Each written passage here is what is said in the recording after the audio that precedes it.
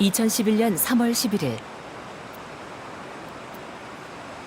승문 울어 넣었다.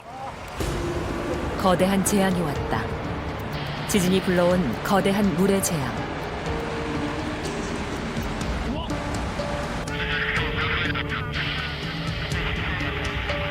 그것은 자연의 재앙으로 끝날 수도 있었다.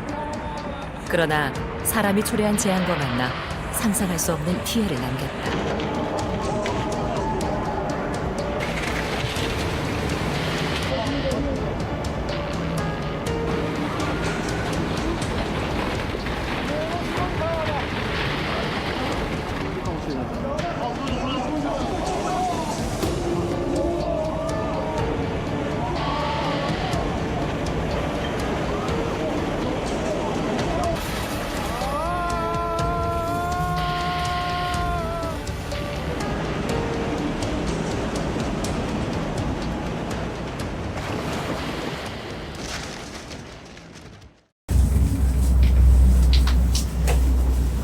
2011년 3월 11일에 있었던 일본 동북 지역에 있었던 이 쓰나미는 몇백 년 만에 한 번 있을까 말까 한 엄청난 대재앙이었습니다. 우리는 이 쓰나미로 자동차와 집들과 배들이 휴지 조각처럼 이렇게 떠밀려 내려가는 것을 보았습니다. 우리가 이 재앙을 통해서 느끼는 것이 하나 있습니다. 엄청난 자연재해와 이런 엄청난 시련 앞에서 우리의 믿음이 과연 테스트 받을 때 우리는 과연 견뎌낼 수 있을까? 바로 이런 질문입니다. 예수님께서는 우리에게 예수를 믿고 나서 우리가 꽃길을 걸을 것이라고 말씀하지 않으셨습니다.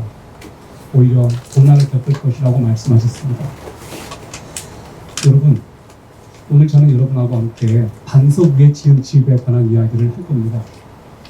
아까 쓰나미로 인해서 집들이 떠밀려 나가는 것을 우리가 보았습니다.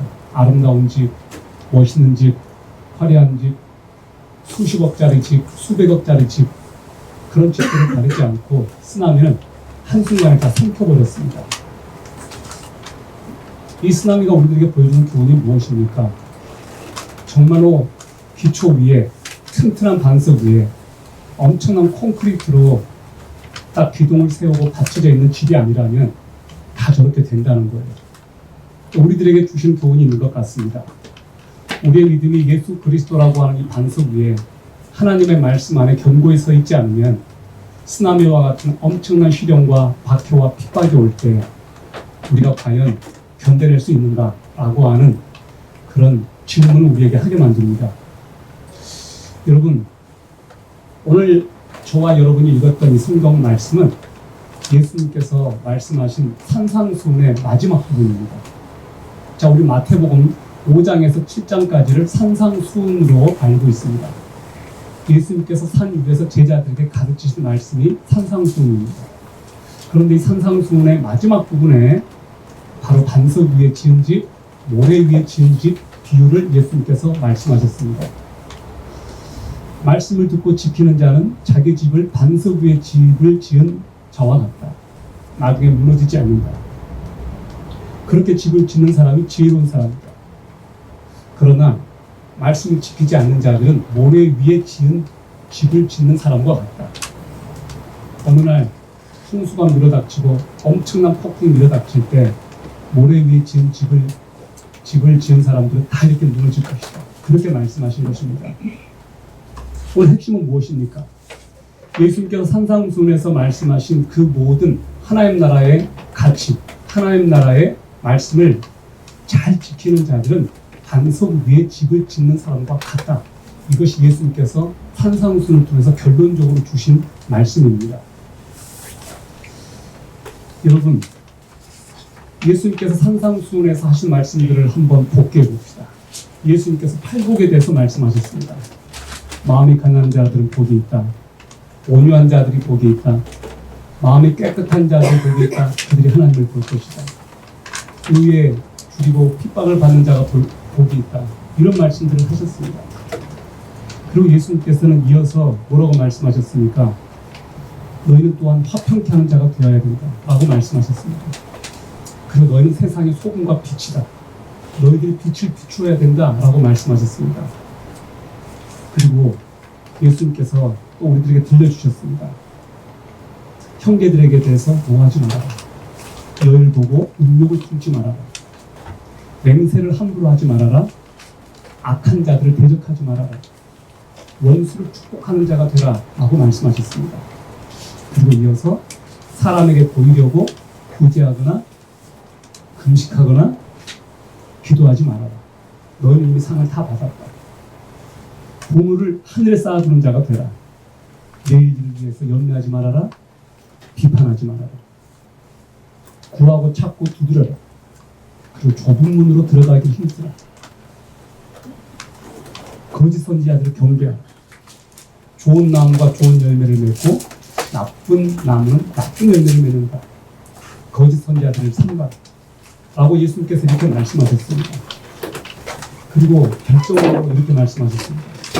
나더러 주여 주여 하는 자마다 다 천국에 들어갈 것이 아니고 하늘에 계신 내 아버지의 뜻대로 행하는 자가 천국에 들어갈 것이다 라고 말씀하셨습니다. 그래서 어떤 분은 주여 주여 하지 않고 주여 주여 주여 3번 부르는 거예요. 이것은 주여를 몇 번 부르느냐의 문제가 아니고 정말로 하나님께 주여 주여 간절히 찾고 부르시는 것이 중요한 것이 아니고 입으로만 그렇게 써드리는 것이 중요한 것이 아니고 정말로 하나님의 말씀대로 순종하는 자가 천국에 들어간다. 이렇게 무시무시한 말씀을 들을 때 우리 안에 이 생각이 들어요. 나는 과연 정말 천국에 들어갈 수 있을까? 저는 전도할 때 이런 질문을 많이 던지곤 했습니다. 오늘 밤에 당신 죽는다면 천국 들어갈 것을 확신하십니까? 구원을 확신할 때 흔히 이런 질문들을 던지죠.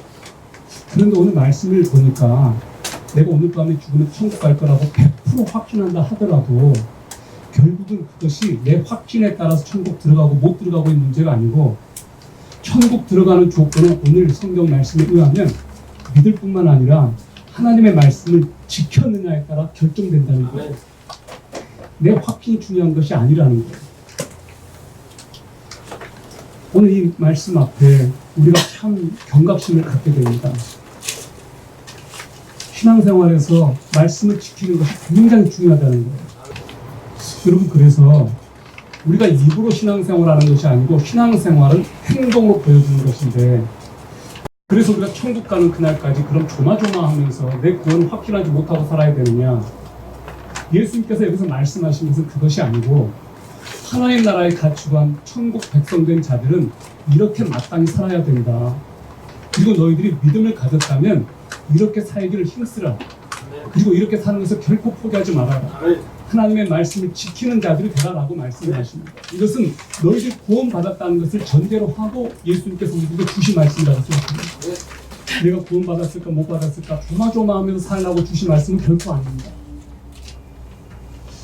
로마서 16장 27절을 제가 최근에 아주 깊이 묵상하게 되었습니다. 이 말씀은 이렇게 우리들에게 가르칩니다.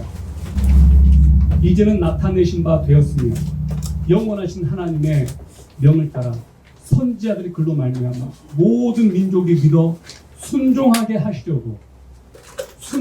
하시려고 알게 하신 바 그 신비의 계시를 따라 된 것이니 이 복음으로 너희를 능히 견고하게 하실 지혜로우신 하나님께 예수 그리스도로 말미암아 영광이 세세 무궁토록 있을지어다. 아멘. 우리 주 하나님께서는 우리들에게 순종하게 하시려고 우리들에게 믿음을 주셨다는 거예요. 그래서 믿음과 순종은 쌍둥이처럼 같이 가요. 모든 민족이 믿어 순종하게 하시려고. 이 말씀이 포인트예요. 로마서 1장 5절입니다. 그러므로 그로 말미암아 우리가 은혜와 사도의 직분을 받아 그의 이름을 위하여 모든 이방인 중에서 믿어 순종하게 하나니. 같이 나와요. 믿어 순종하게 하나니. 그러니까 나는 믿는다. 이 고백만이 전부가 아니라는 거예요. 너희가 믿었느냐? 너희가 정말로 믿었다면 순종이다. 그래서 믿음과 순종은 같이 간다는 거예요. 그러니까 우리가 너무너무 믿음만 강조해서도 안 되고 믿음과 함께 순종이 같이 따라가야 된다는 거예요. 자, 이것은 뭘 우리가 의미하냐? 순종이 구원의 조건은 아니에요. 그러나 순종은 구원의 충분 조건은 돼요. 구원받는 데 있어서 우리는 행위가 들어가지는 않습니다. 그러나 분명한 것은 이거예요. 우리가 정말로 예수를 믿고 구원받고 거듭난 사람들이라면 그 말씀 앞에 벌벌 떨고 지켜 순종하는 자들이 된다는 것입니다. 그래서 율법주의자가 아니에요. 여러분, 한 집안에 자녀들이 태어나죠. 그 아이들이 엄마 아빠를 사랑하고 엄마 아빠의 자녀라고 한 것을 확신한다면 그 아이들 엄마 아빠 말을 잘 들어요. 어제였습니다. 우리 집에서 정말 놀라운 일이 일어났습니다. 성민이가 집안 청소를 깨끗하게 하는 거예요. 집안 청소를 너무너무 깨끗하게 하는 거예요. 화분을 정리하면서 그러면서 엄마한테 애교를 부려요. 엄마 봤지? 청소는 이렇게 하는 거. 그러지. 나를 부르지는 않고 엄마를 불러요. 엄마 봤지? 이 아이는 엄마를 기쁘게 해주고 싶은 마음이 있었던 거예요. 엄마에게 애교를 부렸던 거예요. 엄마에게 인정받고 싶은 마음이 아니라 정말로 그 기쁜 마음으로 그렇게 하더라고요. 왜 그랬을까? 남의 집을 그렇게 청소 안 해주죠. 그죠? 우리가 하나님의 자녀이기 때문에 하나님을 기쁘시게 하려고 하는 동기가 우리에게 있습니다. 어떻게 하면 하나님이 기뻐하실까? 그런 마음이 우리들에게 다 있지 않습니까? 이렇게 믿음과 순종을 세트로 같이 등장하는데 야고보서 2장 14절은 우리들에게 무엇이라고 말하느냐? 내 형제들아, 만일 사람이 믿음이 있노라 하고 행함이 없으면 무슨 유익이 있으리요? 그 믿음이 능히 자기를 구원하겠느냐? 이렇게 말하고 있습니다. 믿는다고 하면서 행함이 없으면 그 믿음은 자기를 구원하지 못한다는 거예요. 루트라고 하는 종교개혁자는 야고보서를 지푸라기 서신사라고 했습니다. 왜? 이 사람은 그렇게 구원받으려고 고행을 하고 베드로 성당 계단을 막 무릎 까질 정도로 막 오르면서 그렇게 구원받기를 원했거든요. 자기의 의름으로 구원받기를 그렇게 힘썼는데 평안이 없다가 시편 말씀을 읽다가 로마서 말씀을 읽다가 의인은 믿음으로 말미암아 살리라 이 말씀 앞에 충격을 받고 가슴이 뜨거워지고 구원의 체험을 했습니다. 그러니까 이 사람은 구원 오직 믿음 이것만 강조했던 거예요. 그러니까 이 사람은 의롭게 살아야 된다, 선행을 쌓아야 된다, 행위가 중요하다 이런 말씀 눈에 안 들어왔던 거예요. 그래서 루터는 야고보서를 무시했습니다. 심지어 야고보서는 강의까지도 안 했습니다. 오직 로마서 말씀만 붙잡았거든요. 그런데 로마서와 야고보서는 같이 가는 거예요. 같이 가는 거예요. 아브라함은 믿음으로 하나님께 순종을 했어요. 이삭을 드렸어요. 그의 순종으로 그가 의롭다 칭함을 받았어요.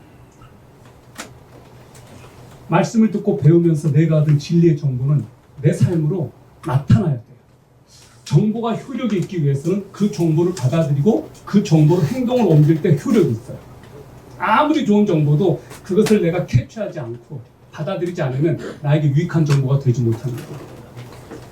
여러분 카카오톡을 알죠? 이제 카카오뱅크, 카카오 미용실까지 나왔어요. 카카오 택시 볼 수 있죠? 이 카카오가 언제부터 시작되느냐? 이 카카오 대표가 2006년부터 이 카카오 사업을 시작했습니다. 그때는 사업자들이 모집했습니다. 그리고 2010년에 출시가 되었습니다. 그때는 문자가 20원, 30원 할 때였습니다. 문자 서비스 공짜. 이렇게 카카오가 시작이 됐습니다. 자, 지금 우리는 카카오에 가입을 하죠. 카카오뱅크 활용을 해요. 카카오 택시 타요. 그런데 우리들에게 수입은 하나도 들어오지 않아요. 그러나 그때 사업자가 된 사람들은 대박이에요. 우리가 사용하는 그 모든 것들이 다 그 사람들에게 들어가요. 투자자들에게, 사업자들에게는 엄청난 부를 안겨주었어요. 왜? 그들은 정보를 듣고 그 카카오의 사업자가 됐기 때문에 그렇습니다. 이것이 정보의 능력이에요. 하나님의 말씀을 우리가 정보로 받아들였어요. 이 말씀이 이 세상에서는 그렇게 효력을 발휘하는 것 같지가 않습니다. 그런데 이 정보, 하나님의 말씀을 우리가 받아들이고 이 말씀대로 순종하고 지키는 자들에게는 언제 이것이 효력을 발휘하느냐? 다음 세계에 갔을 때, 아멘. 천국에 들어갔을 때, 아멘. 그때는 이 땅에서 이 하나님의 말씀을 정보로 받아들여서 순종하는 자들에게는 어마어마한, 이 세상에서 누릴 수 없었던 어마어마한 권세, 어마어마한 퀄리티, 어마어마한 포지션, 어마어마한 놀라운 은혜가 이제 축복으로 우리들에게 들어와요. 아멘. 그리고 그것은 이 세상에서 없어지는 그런 것이 아니고 영원하다. 어떤 기록이 가면 지금 태어나는 아이들은 평균 수명이 120, 130세가 된다고 말합니다. 우리가 알다시피 노아의 홍수 이후에 인간의 수명이 급격하게 낮아졌습니다. 그래서 120세 정도로 제한하셨습니다. 근데 지금은 이제 생명과학, 인공지능, 배아세포, 줄기세포 이런 것들이 하도 발달돼가지고 이제는 어디까지 왔느냐? 유전자 편집 베이비가 태어나고 있어요. 유전자 편집 베이비는 뭡니까? 아이가 뱃속에 있을 때 유전자를 조작해서 똑똑한 아이를 만들어버려요. 가장 그 혈기왕성한 운동선수들의 그 세포를 이식시켜서 태어날 때부터 슈퍼베이비가 태어나는 거예요. 얼마 전에 중국에서 그런 일이 있었습니다. 유전자 편집 그것을 했던 그 과학자가 붙잡혔습니다. 세상이 이렇게 바뀌고 있습니다. 여러분, 지금 세상이 이렇게 무섭게 바뀌고 있는데 하나님의 그 말씀은 우리들에게 뭐라고 말하느냐? 영원한 삶이 있다고 말합니다. 사람들이 이것을 믿지 않습니다. 이 땅에서 오래 살려고만 합니다. 이 땅에서 잘 살려고만 합니다. 그러나 하나님의 말씀이 우리들에게 주는 정보는 영원한 생명, 영원한 세계, 천국과 지옥이 있다고 말합니다. 우리는 그것을 믿고 있습니다. 믿는다고 하면서도 그런데 실제 행동에서는 전혀 믿음의 증거가 나타나지 않고 있을 때 우리는 이것을 어떻게 해석해야 될까요? 이렇게 볼 때 우리 가운데 누가 구원을 받았다고 한다면 그 구원이 진짜인가 테스트해보는 시금석은 뭐냐? 그가 정말로 하나님의 말씀대로 지금 살고 있느냐 하는 거예요. 근데 문제는 우리가 그 말씀대로 못 사니까 자꾸 구원이 의심되는 거예요. 그러니까 구원의 확신이 흔들려요. 우리는 말씀대로 그렇게 살지를 못하고 있거든요. 실제로 그렇게 못 살고 있거든요. 본회파가 이런 말을 했습니다. 믿는 자는 순종한다. 순종하는 자만이 믿는다 그랬어요. 순종하는 자만이 믿는다. 믿는다는 순종한다. 순종하는 자만이 믿는다. 그러니까 우리가 어떤 것을 믿는다고 말할 때는 무엇을 통해서 그것을 증명할 수 있느냐? 순종하느냐. 순종하느냐. 그러므로 우리가 기도할 때 하나님께 이렇게 기도할 필요가 있습니다. 하나님, 제가 이 말씀을 받았는데요. 순종할 수 있도록 좀 도와주십시오. 순종이 잘 되지 않습니다. 진짜로 이 말씀을 좀 믿을 수 있도록 저에게 믿음을 주십시오. 라고 기도할 필요가 있어요. 어느 목사님이 어렸을 때 그 목사님의 아버지 어머니가 진짜 친부, 친모, 진짜 아빠인가 엄마인가 의심했대요. 엄마가 목사님 사모님인데 날마다 공부해라, 날마다 구박하고 너무 안 닮았다는 거예요. 엄마 아빠는 자기가 너무 안 닮아가지고 의심했대요. 근데 이 목사님의 아들도 똑같이 이 목사님이 이제 어릴 때 그렇게 부모님을 의심했는데 이 목사님이 이제 어른이 됐어요. 그 아이가 목사님의 아이도 똑같이 어릴 때 자기가 그랬던 것처럼 엄마 아빠를 의심하더래요. 그래서 어느 날 진지하게 엄마에게 물어보더래요. 엄마 진짜 난 낳았어? 엄마 진짜 내가 엄마 아들이고 아빠 아들이야? 왜 이렇게 안 닮았어? 이렇게 말하더래요. 그리고 엄마가 이렇게 말하니까 다시는 물어보지 않았대요. 엄마가 이렇게 말했대요. 사모님이 내가 데려와서 누구를 키웠으면 너같이 못생긴 놈 데려왔겠냐? 내가 누구 데려왔을 것 같으면 잘생기고 똑똑하고 속 안 썩일 놈 골라왔지 너같이 말 안 듣는 내가 데려왔겠냐고. 그러니까 다시는 물어보지 않았더라. 이런 이야기가 우리들에게 어떤 교훈을 주나요? 아주 그냥 유치한 이야기인데 과연 내가 하나님의 자녀 맞나? 내가 진짜 하나님의 자녀 맞나? 왜 의심이 들어요? 너무 하나님 말을 안 들을 때 우리가 의심할 수 있을 것 같아요. 내가 하나님의 자녀인데 왜 이렇게 하나님 말을 안 들을까? 그때는 의심해 볼 만하잖아요. 예수님께서는 주님의 양과 주님의 양이 아닌 사람을 어떻게 구별할 수 있는지 우리들에게 가르쳐 주셨어요. 어떻게 가르쳐 주셨습니까?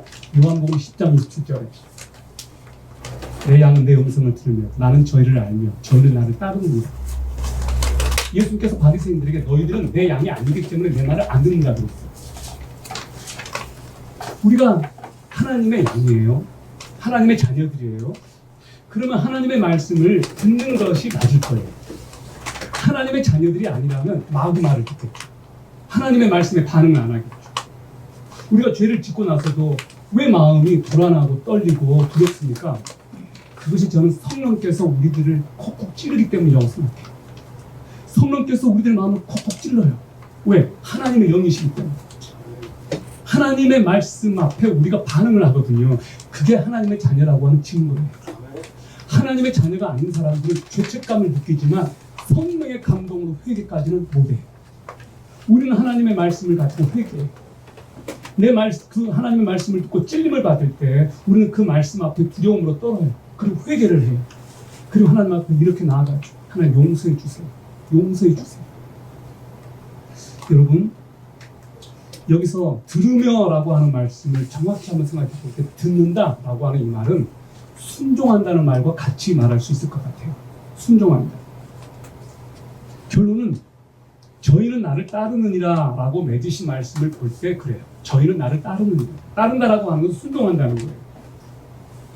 우리가 자녀들에 대해서 말을 잘 듣는다, 말을 안 듣는다라고 할 때 그것은 무슨 말이에요? 청각 기능을 말하는 것이 아니에요. 그것은 얼마나 그 말을 듣고 순종하느냐 불순종하느냐 그것을 말하는 거예요. 산상수를 주시면서 예수님께서 지킬 것을 말씀하신 이유가 있습니다. 예수님께서 이 말씀을 왜 주셨을까요? 예수님께서 하신 말씀 중에 이렇게 말씀합니다. 창수가 터지고, 창수가 뭡니까? 창수.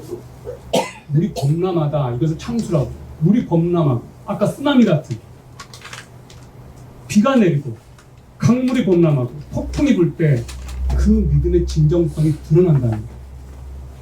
어떻게 보면 이 산상수는 정말로 그냥 가벼운 말씀이 아니고 종말론적인 메시지 같아요. 언젠가는 너희들에게도 이런 신앙의 엄청난 핍박과 고통이 있을 때가 올 것이다.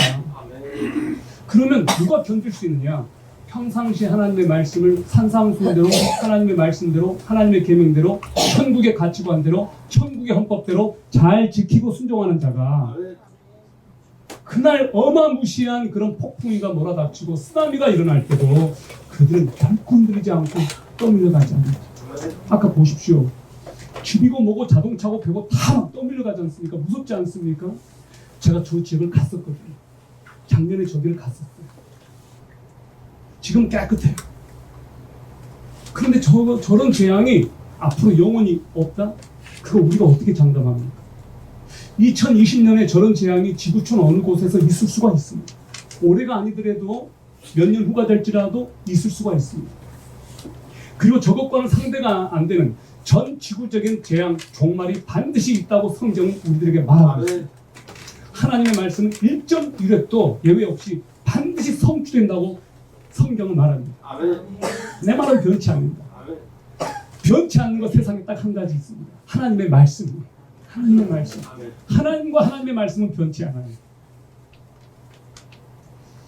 평안할 때는 다 믿는 것 같다가도 정작 엄청난 시련과 핍박과 말할 수 없는 고난과 불같은 시험이 닥쳐올 때 우리가 진짜 그 순간에도 테스트해 볼 수 있는 것, 내가 지금 하나님의 말씀대로 지키고 있는가, 내가 순종하고 있는가, 바로 그 질문이에요.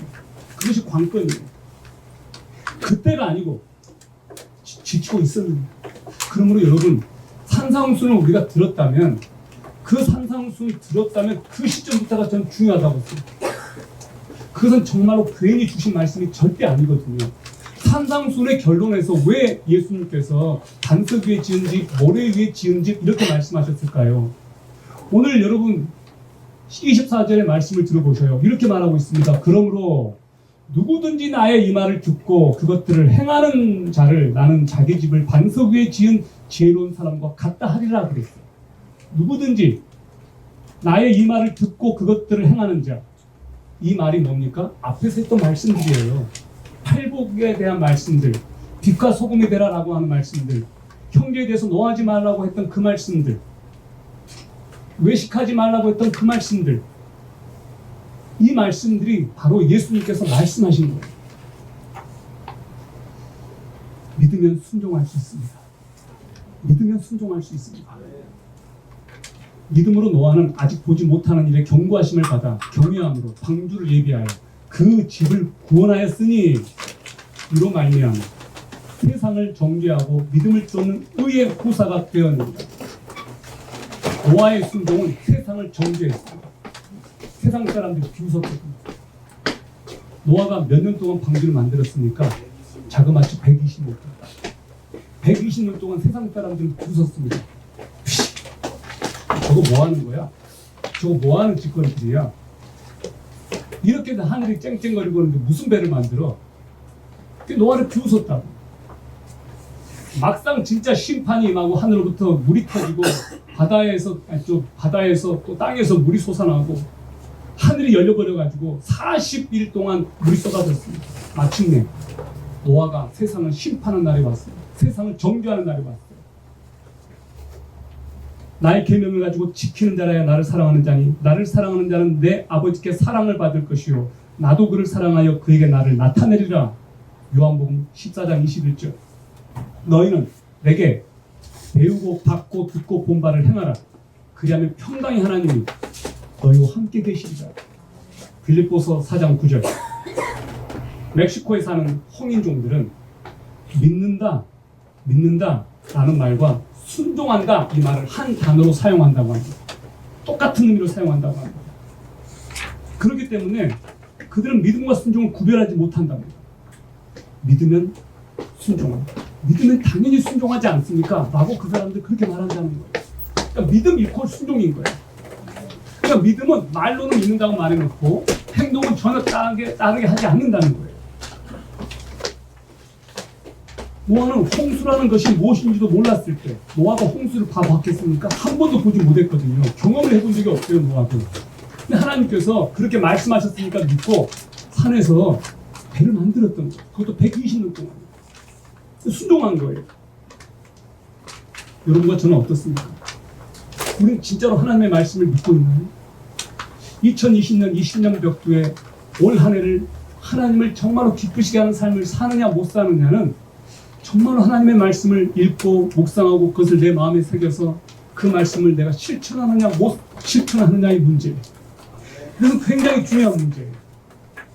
여러분, 지키지 않는 것은 모래 위에 집을 짓는 것과 같다고 말했습니다.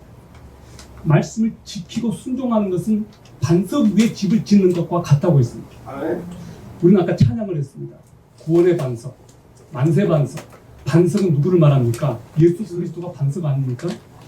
예수 그리스도께서는 베드로를 보고 내가 이 반석 위에 내 교회를 세우겠다 그랬습니다.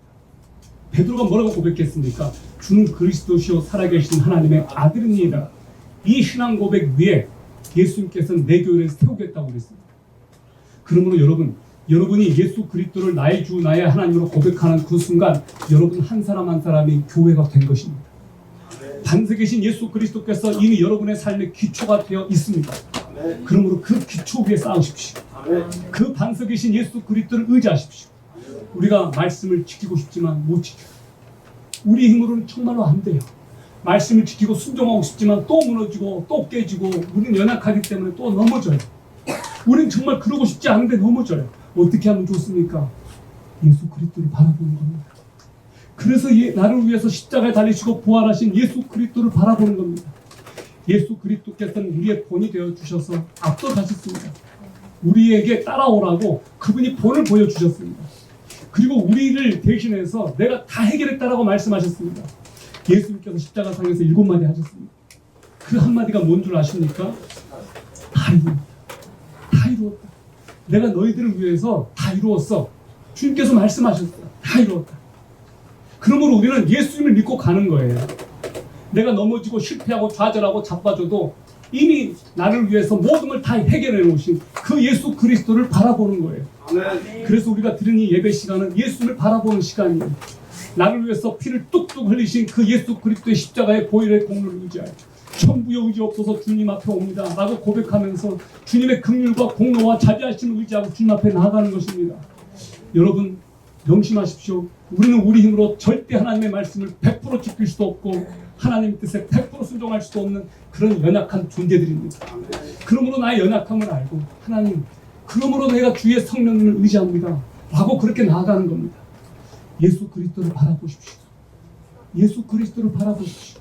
오직 그분만을 바라보십시오. 여러분 사람들을 보지 마십시오. 사람들을 보게 되면 누구를 보게 되든 실망할 수밖에 없습니다. 우리는 그런 존재이니까. 그러므로 오늘 여러분 정말로 사랑하는 여러분 반석이신 예수 그리스도를 의지하여 그 반석 위에 여러분의 삶을 건설하시고 날마다 나를 위해서 십자가 지시고 부활하시고 영광스럽게 다시 오실 그 예수 그리스도를 바라볼 항해를 시작하십시오. 하나님께서 여러분과 함께 하실 것을 믿습니다. 그리고 그분은 절대 여러분을 포기하지 않으신다는 것을 믿으시기 바랍니다. 그분은 이 순간도 여러분과 함께 하실 뿐만 아니라 여러분의 미래를 책임지시고 여러분에게 매일매일 희망을 주십니다. 예수 그리스도가 우리의 희망입니다. 예수 그리스도가 우리가 붙잡아야 될 마지막 가치고 최고의 가치입니다. 그분을 의지하십시오. 기도하겠습니다.